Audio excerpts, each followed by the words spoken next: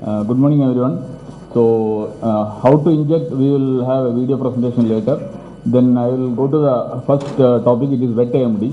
When to inject, what to inject, how to decide follow-up and retreatment strategies. I have a lot of slides, but I will just summarize the gist of each slide. So, procedure, we will come to that later. Why to inject, when to inject, what to inject, and how often to inject. These are the four questions that we face when we see a case of AMD. Why to inject? It is very clear. We have evidence. In evidence-based medicine, we have Marina trial and Anchor trial. We showed that in Marina, you compared no injection with injection of anti-VEGF drug, and they found that the difference is too much. There is significant improvement in vision. So we should inject. Anchor study also proved that compared to photodynamic therapy, anti-VEGF injection is much better. So there is a reason why we should inject in these cases. When to inject? Definitely we have to diagnose the wet AMD, and patient comes, you can do a Amsler chart and vision loss. Ideally, ETDRS chart is best to monitor vision in AMD. You can see the letter score, and near vision also should be checked in all these cases.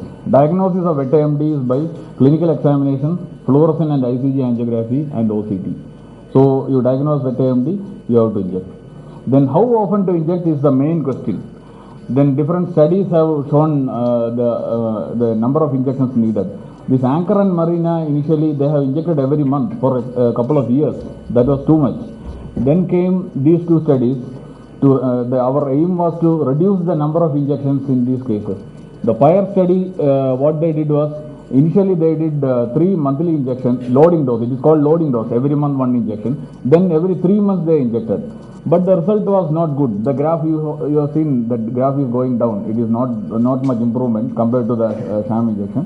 So they found that this was not a very good method. So this Pronto study, what they did was, it was something like a PRN injection. And they found that the visual improvement is not bad, not as good as the monthly injection, but this is quite okay. So this is what is followed by most of us. Initially some loading dose, and then every month OCT, and then decide based on the presence of activity, that is retreatment. So OCT guided variable dosing regimen with ranibizumab has resulted in visual outcomes similar to results in Marina and Anchor studies.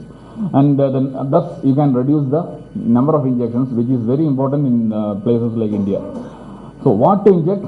There are 2 drugs, all of you know, and the comparison between these 2 drugs have shown that both of them are reasonably comparable, but the adverse events are slightly more, and the ranibizumab is slightly better compared to Avastin to dry the macula. And the adverse events are slightly more with Avastin, and we are more worried about the local adverse events like endophthalmitis rather than theoretical systemic adverse events like thromboembolic episodes. So the safer one probably is the ranibizumab, while the other one also is a good drug in countries like India. So as consequence of CAT study, bevacizumab is found to be as effective as ranibizumab, but Lucentis was better in drying the macula, and monthly injection showed the highest percentage of eyes with drying of macula. Monthly injection was the best, but probably PR injection is possible. Monthly PR injection is possible in our place. So how do I manage my patients with wet AMD? Before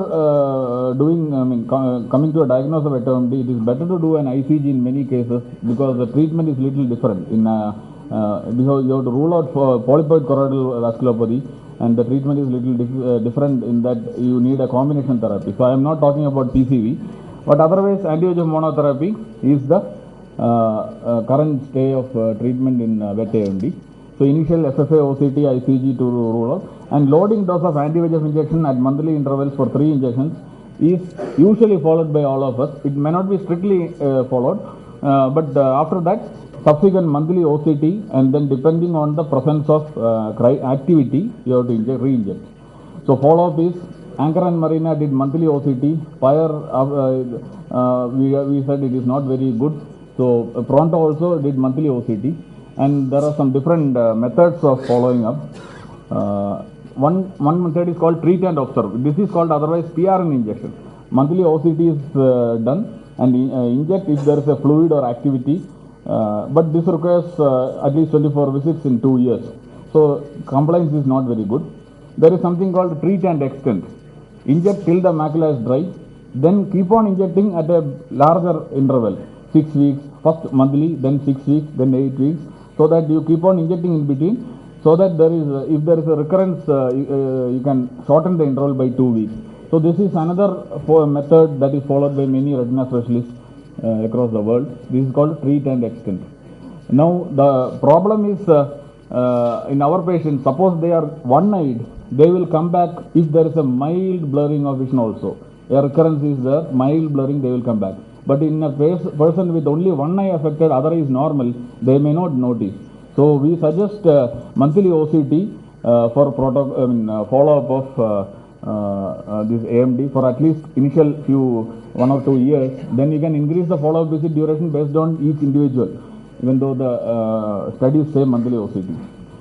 Now, when do I advise retreatment? If there is a fluid on OCT, if there is a recent hemorrhage, if there is a drop in visual acuity, and if the patient is undergoing cataract surgery, along with that we give retreatment. Appearance of fluid definitely precedes visual acuity.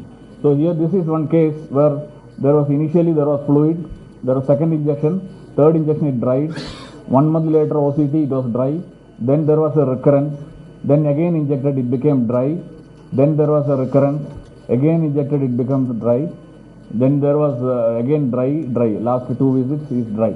So this is probably some OCT follow-up, you can do a serial follow-up like this. So this is a typical example, and this is the role of OCT. Without OCT it is better not to inject because we don't know when to stop. So OCT is absolutely mandatory in these cases. This is first injection, second injection, third injection, dry. Now the fresh hemorrhage is always a indication for treatment. Patient has only a mild 6666, here also fovea is spared, but there is a fresh hemorrhage, you have to inject. So this is a fresh hemorrhage. If it is the periphery, patient may not notice anything. And recurrence of, increase in the PED and appearance of SMD is an indication for retreatment. So issues regarding long-term anti-VEGF therapy is the frequency of visit, repeated injection, patient compliance, and economic issues. All these are topics for discussion.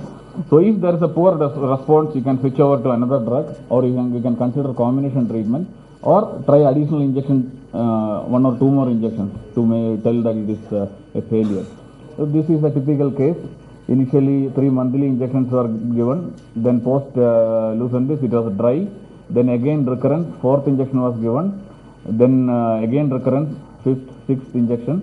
This is 6th injection, and so like that you monthly follow up with the in between. If you have doubt that it is not responding, you can do a repeat angiography, and then this is a typical follow up of a patient. And after 11th injection, it was dry. Patient was maintaining something like 624 after 3 years. This is case 2. This is another case where there is monthly injection was given till it became dry. Then there was a recurrence. Then cataract also progressed. Along with cataract surgery, injection was given.